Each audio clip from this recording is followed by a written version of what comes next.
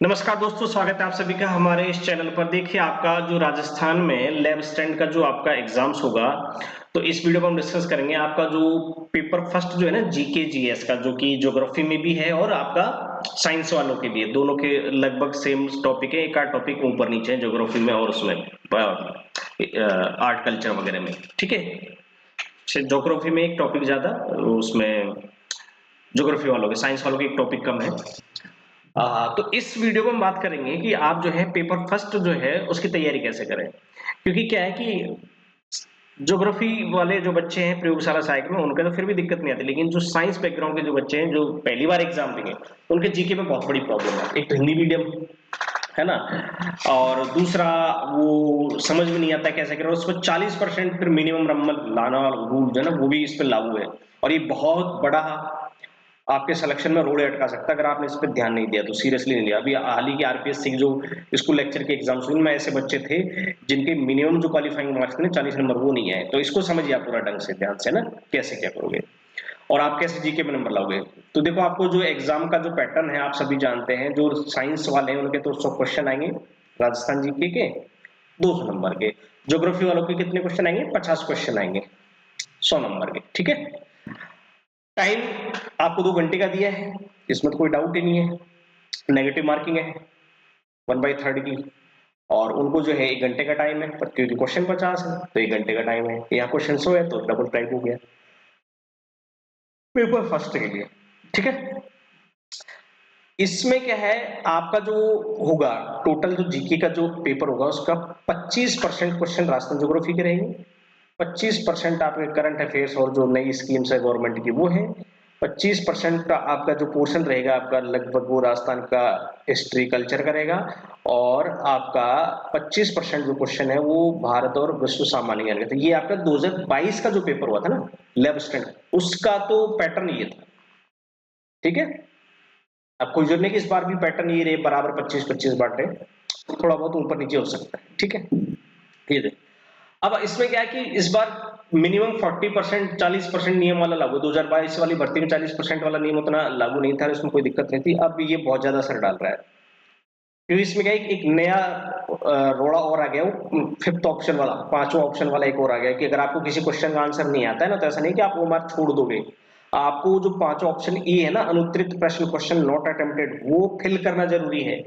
अब ऐसा हाल ही में होता, आरपीएससी के एग्जाम में आरपीएससी ने डेटा दिया था, अखबार में आया था कि आरपीएससी के एग्जाम्स में पिछले जब उन्होंने दिया था 1-1.5 साल का डेटा दिया था, बोला कि ऐसे 17% बच्चे थे, 70%, 17%, 100 में से 17 बच्चे, वैकेंसी की 100 वैकेंसी में से 17 वैकेंसी वाले जो बच्चे, अगर 10,000 वैकेंसी आती है तो लगभग 170 बच्चे, है ना, और 1 लाख वैकेंसी आती है टोटल, मान लेते हैं आरपीएससी की 10,000 आई अलग अलग कैटेगरी में, तो 170 बच्चे ऐसे थे जो सेलेक्टेड थे एग्जाम में।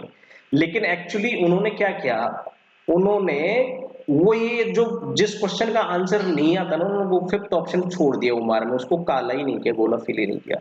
इसमें तो बहुत बड़ी दिक्कत होगी।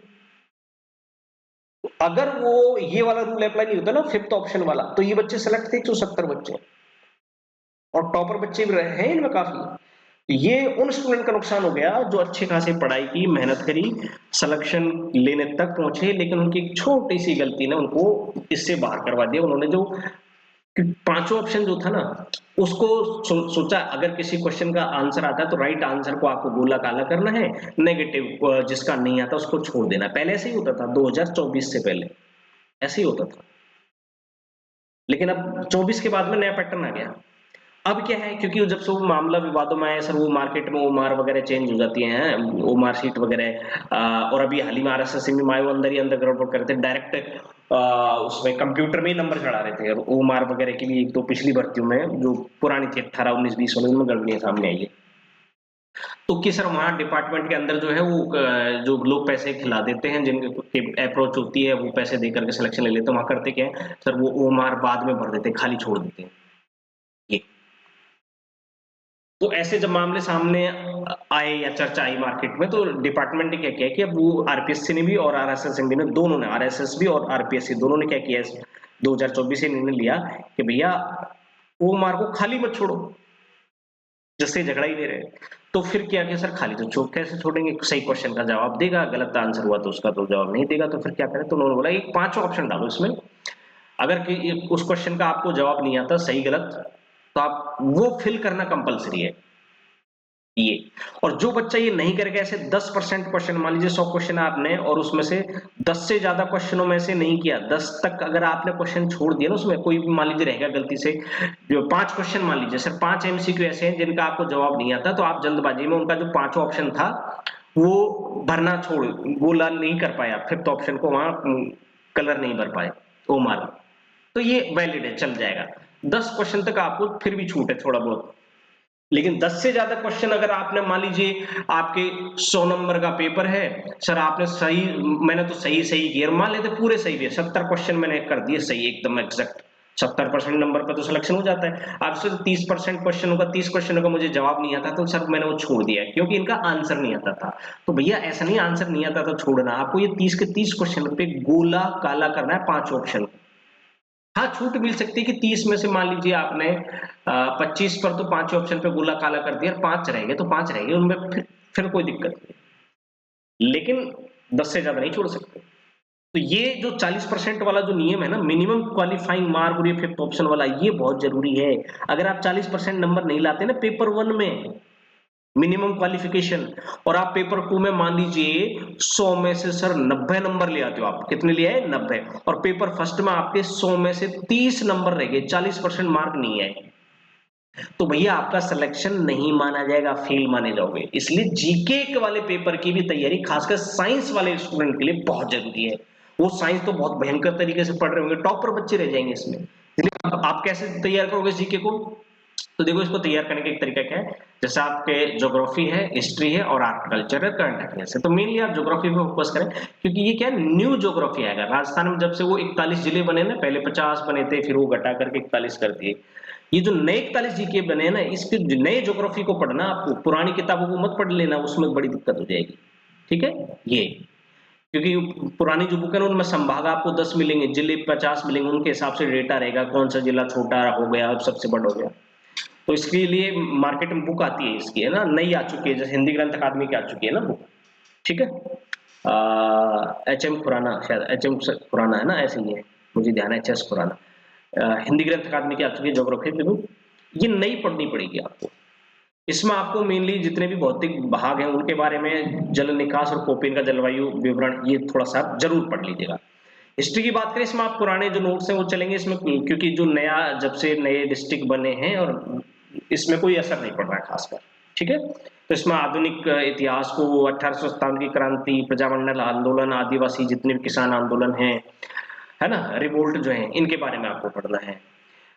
कला संस्कृति की मैं बात करूं, आर्ट कल्चर, वो भी आप पुरानी बुक से पढ़ लोगे, चल जाएगा काम, लेकिन ऑथेंटिक बुक से पढ़ना, इस बात को ध्यान रखना। आरएसएस ने इस बार बोला भैया ऑथेंटिक बुक से ही पढ़ना, और अब जो क्वेश्चन का पैटर्न जो रहेगा ना, वो नॉर्मल नहीं रहेगा सर, एक क्वेश्चन दिया 4 ऑप्शन 5 ऑप्शन सिंपल नहीं, कथन कारण वाले क्वेश्चन, जैसे वो रीजनिंग के होते हैं ना, लॉजिकल क्वेश्चन, ऐसे रहेंगे भैया, बहुत टफ लेवल के क्वेश्चन।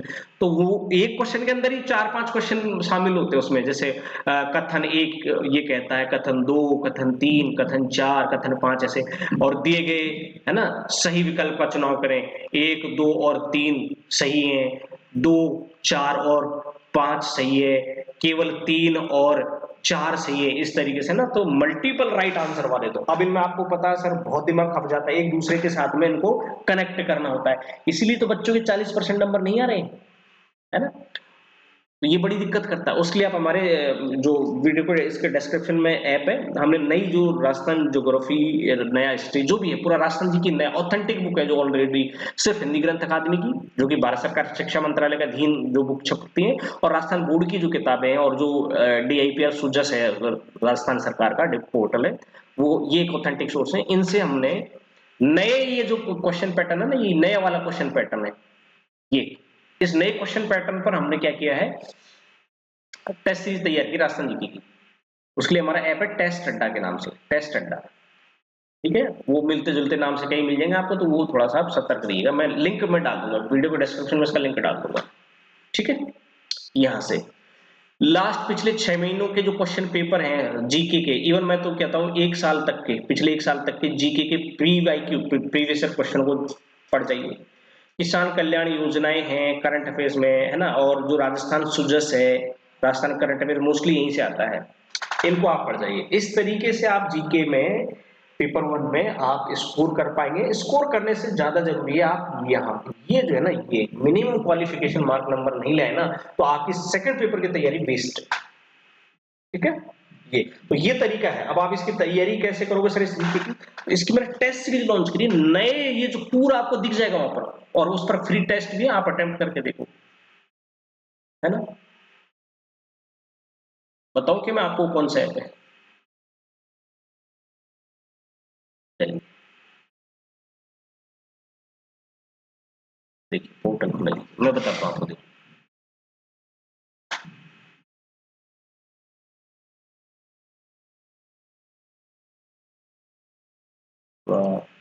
Let's load up. ये ऐप है, इस पे जीके के